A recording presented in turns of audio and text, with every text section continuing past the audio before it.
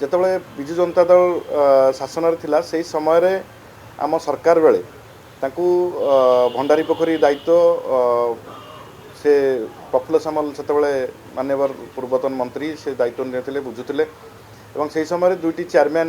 सेतबले से करथिले एवं भद्रक चेयरमैन से प्रफुल्ल सामल रिलेटिव हेबे जो मैंने जाइछथि प्रफुल्ल सामल जे पुत्र प्रयासकांति सामल एवं तांका सान पुओ जाइछन्ति एमाने दीर्घ दिन धरिकी क्षमता सह जड़ित थिले एवं सबु प्रकार सुविधा सुजोग